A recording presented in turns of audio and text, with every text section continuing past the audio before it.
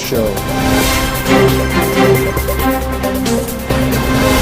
Brought to you by the Club of Amsterdam. So, good afternoon. This is F Schloer. Happy to be here on the Future Now show to answer some questions, and hope you find my answers interesting.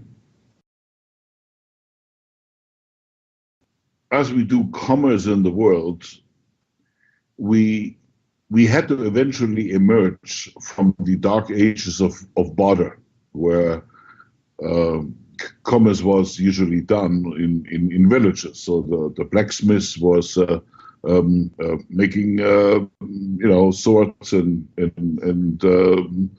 agricultural tools and these kind of things, and the baker was baking bread, and somehow the baker needed to get something in return for his bread, and the blacksmith needed to get something in return, so they traded, so much bread, so much this, but it was difficult because one always got disproportionately more than the other, and so it had to be something invented that kind of gives a medium in between to facilitate, and what was invented were obviously currencies, which emerged, some 7,000 years ago in very primitive forms, but really didn't take off until probably the middle of the last millennium, when heavy trade around the world started, and possibly even a little early, the 12th, 13th century, when a lot of things came out of the Middle East, came out of China to Europe, and the payment usually was something of concentrated value, which was initially gold or even salt. Salt was a very valuable thing, and was actually blocks of salt were a form of payment even. And then later it emerged that some of the goldsmiths, that would store gold even for others, they would give them certificates to hold their gold, and these certificates then were traded without moving the gold.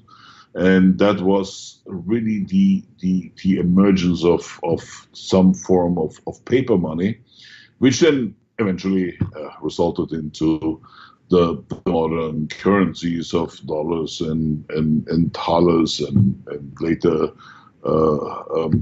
many other such currencies around the world. Obviously, with the emergence of modern communication tools, of secure or somewhat secure networking and record keeping and so on, and a lot of problems that are with existing currencies, in part how they are controlled, in part of how they are used, in part of how we have access to them, how we get them, where we need to keep them. All of these have become problematic now in modern days. The emergence of a completely new and competing way of payment came, which we now call cryptocurrencies. And cryptocurrencies are virtual currencies. They are not stored in banks. They are really stored in networks of computers, and can be owned by very specific people and or entities. And they have also the advantage that you don't have to show necessarily who actually is the owner to any authorities, which of course has also invited some other problems that of being heavily used now by those that try to offset illegal behavior with current currencies, such as money laundering, tax evasion, and so on and so forth. So there's all kinds of problems, but nevertheless, cryptocurrencies are the fastest emerging financial tool in the world right now. Yeah, the modern banking system is in deep trouble. Anyway, it it it is bypassed in part because it has to be, and in part it's very convenient. The banks have obviously, and especially in the last let's say 5 to 10 years, have assumed a incredibly intrusive role into the private life of people. For example, if you are just a regular person that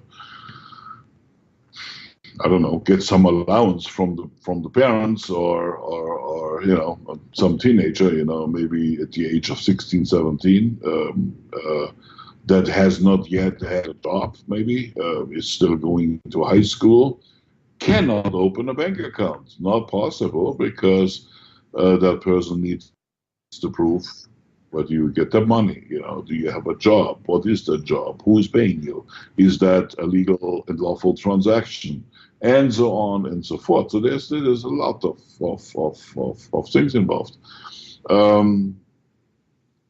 There's also, and whether that is good or bad is not a discussion here, but what is fact is that there is a very large segment of what I call the shock absorber economy. And what I mean with that is, it's a segment within the economy where, and it's usually small and even medium business, where they choose, well, how much do I report, how much I try to just make cash. If the business goes good, then they report a lot. If the business goes bad, they try to report nothing, because they need to survive somehow. That's not legal, because reported should be everything.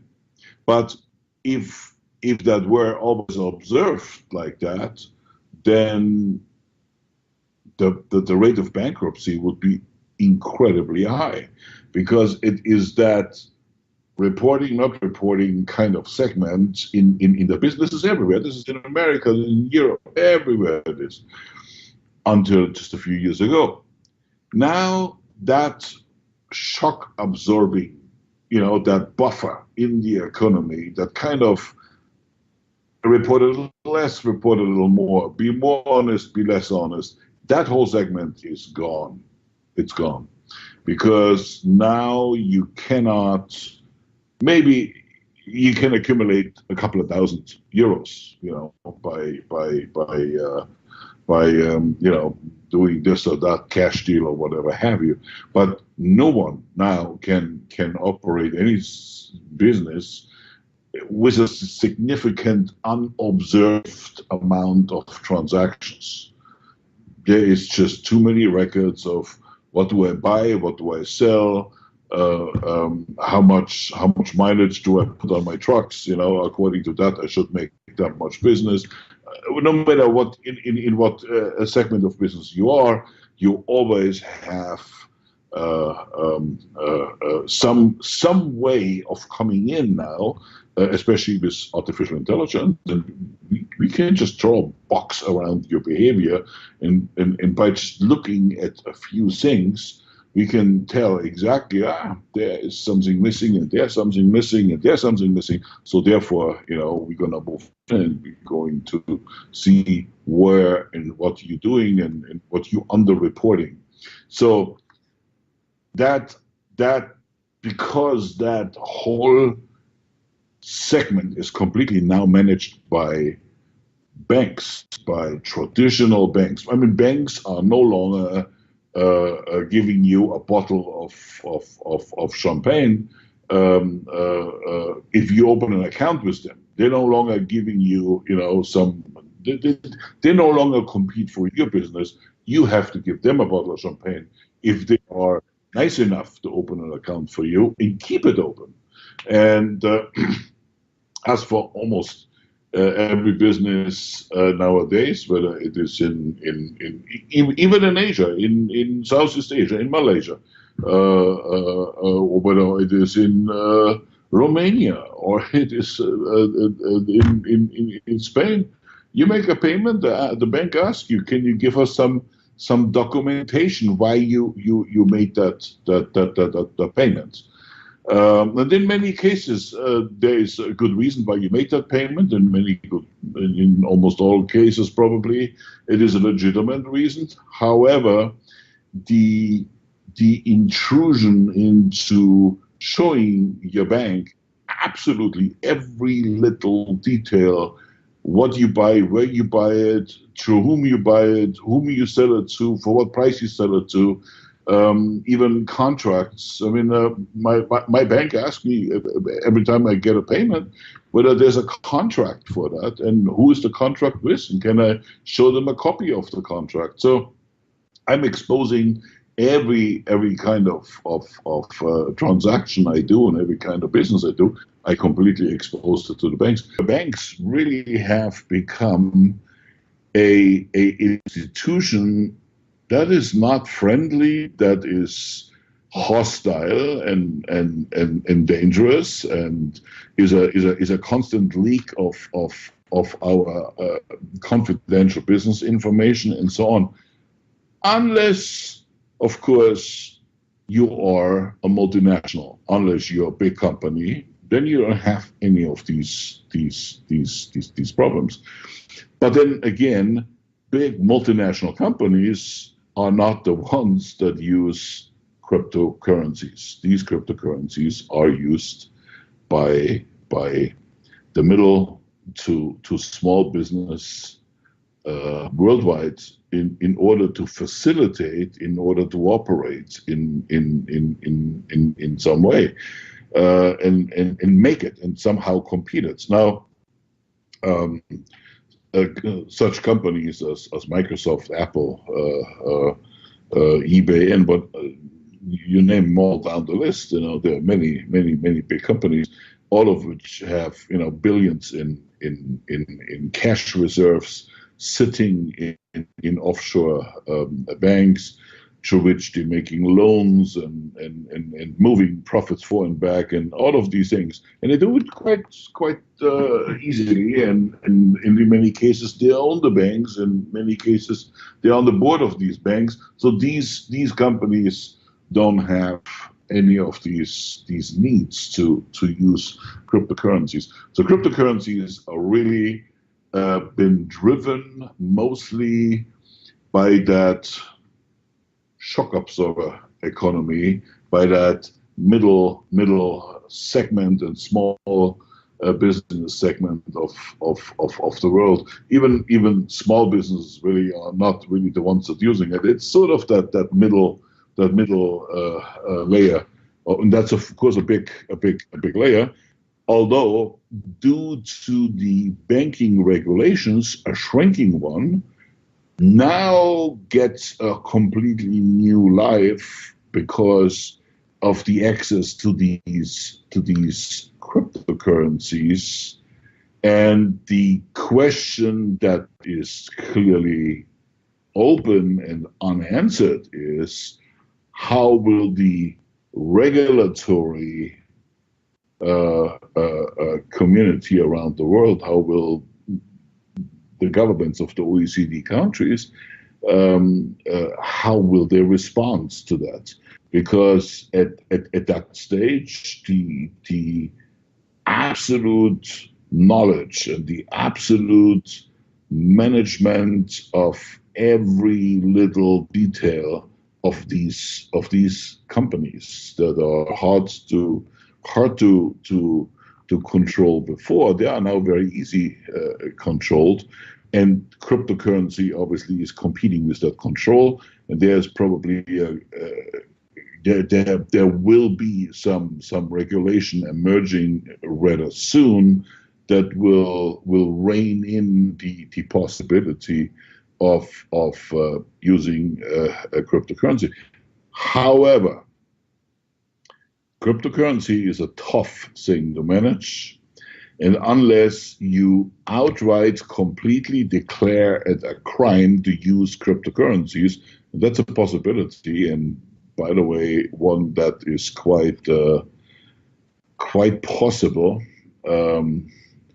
Or unregulated cryptocurrencies. There might be cryptocurrencies that are owned by collectively by the OECD countries, for example, and they will then be obviously doing exactly the same thing that banks do today, and that is to ask for every transaction, give me some documentation, give me some information, give me who is getting it, how did you earn the money. Of course, they will know how you earn the money when you move in a totally electronic space. So what I'm saying here is cryptocurrency as it is now, not observed, regulated, managed, and it's system owned by governments, is one thing, and so we will see what is happening. In general, I think the world is moving towards virtual currency completely anyway. I think we will have a collapse of the fiat currencies, which are unsustainable. That is very clear. The imbalances of fiat currencies, these are currencies which have no underlying value other than the productivity of a country. So the euro would be one, the US dollar would be one, but also the yuan and the ruble and all of these currencies. These currencies are facing over the next decades a impossibility to maintain due to the explosive debt that they are loaded up with.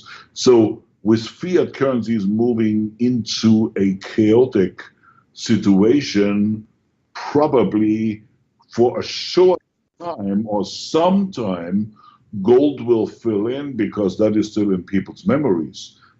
That is the big thing.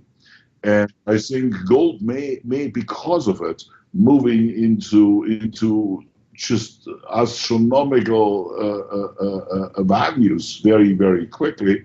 But then I think cryptocurrencies are taken over. And speaking of that, if you take Bitcoin, which is probably the most known and most famous of these cryptocurrencies, Bitcoin, it was just a little while ago.